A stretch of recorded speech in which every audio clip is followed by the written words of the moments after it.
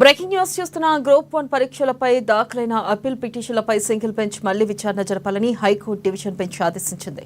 వేసవి సెలవుల ముందే గ్రూప్ 1 వివాదంపై తుది ఆదేశాలు ఇవ్వాలని సింగిల్ బెంచ్ కు డివిజన్ బెంచ్ ఆదేశాలు జారీ చేసింది. గ్రూప్ 1 అభ్యర్థుల నియామకంపై ఇప్పటికే స్టే విధించిన సింగిల్ బెంచ్ విచారణ పూర్తయ్యే వరకు నియామక పత్రాలు ఇవ్వొద్దని గతంలో టీజీపీఎస్సీని ఆదేశించింది.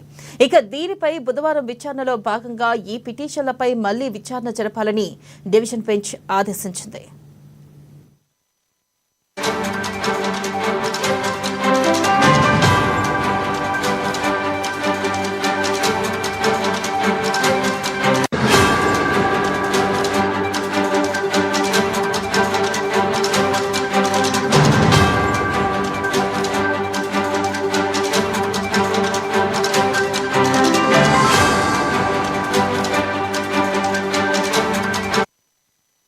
ఇక గ్రూప్ 1 పరీక్షల్లో అవకతవకలు జరిగినట్లుగా తెలంగాణ హైకోర్టులో దాదాపు 20 పిటిషన్లు దాఖలయ్యాయి. ఈ పిటిషన్లపై ఏప్రిల్ 17న విచారణ చేపట్టిన హైకోర్టు కేసు విచారణ పూర్తయ్యే వరకు ఎంపికైన అభ్యర్థులకు నియామక పత్రాలు ఇవ్వొద్దని టీజీపీఎస్సీని ఆదేశించింది. ఇక గ్రూప్ 1లో అక్రమాలు జరిగాయంటూ దాఖలైన పిటిషన్లపై విచారణను హైకోర్టు సింగిల్ బెంచ్ రేపటికి వాయిదా వేసింది. అయితే ఆలస్యం లేకుండా విచారణ ముగించాల్సిన అవసరం ఉందని అభిప్రాయపడింది.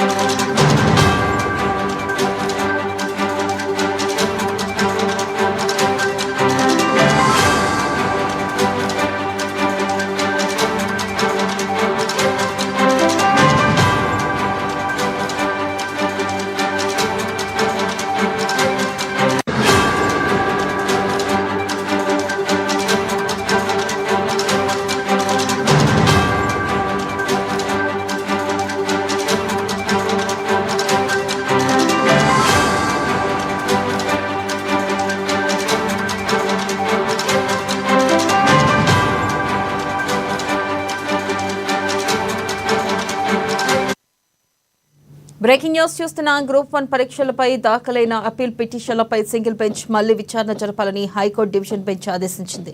వేసవి సెలవుల ముందే గ్రూప్ 1 వివాదంపై తుది ఆదేశాలు ఇవ్వాలని సింగిల్ బెంచ్ కు డివిజన్ బెంచ్ ఆదేశాలను జారీ చేసింది.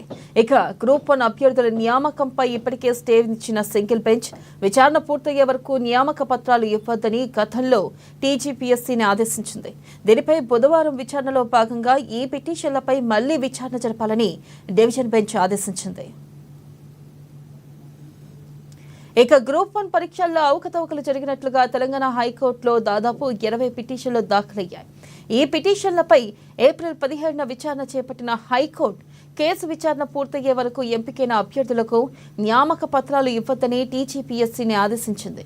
ఇక గ్రూప్ 1లో అక్రమాలు జరిగాయంటూ దాఖలైన పిటిషన్లపై విచారణను హైకోర్టు సింగిల్ బెంచ్ రేపటికి ఇవాల్టికి వాయిదా వేసింది.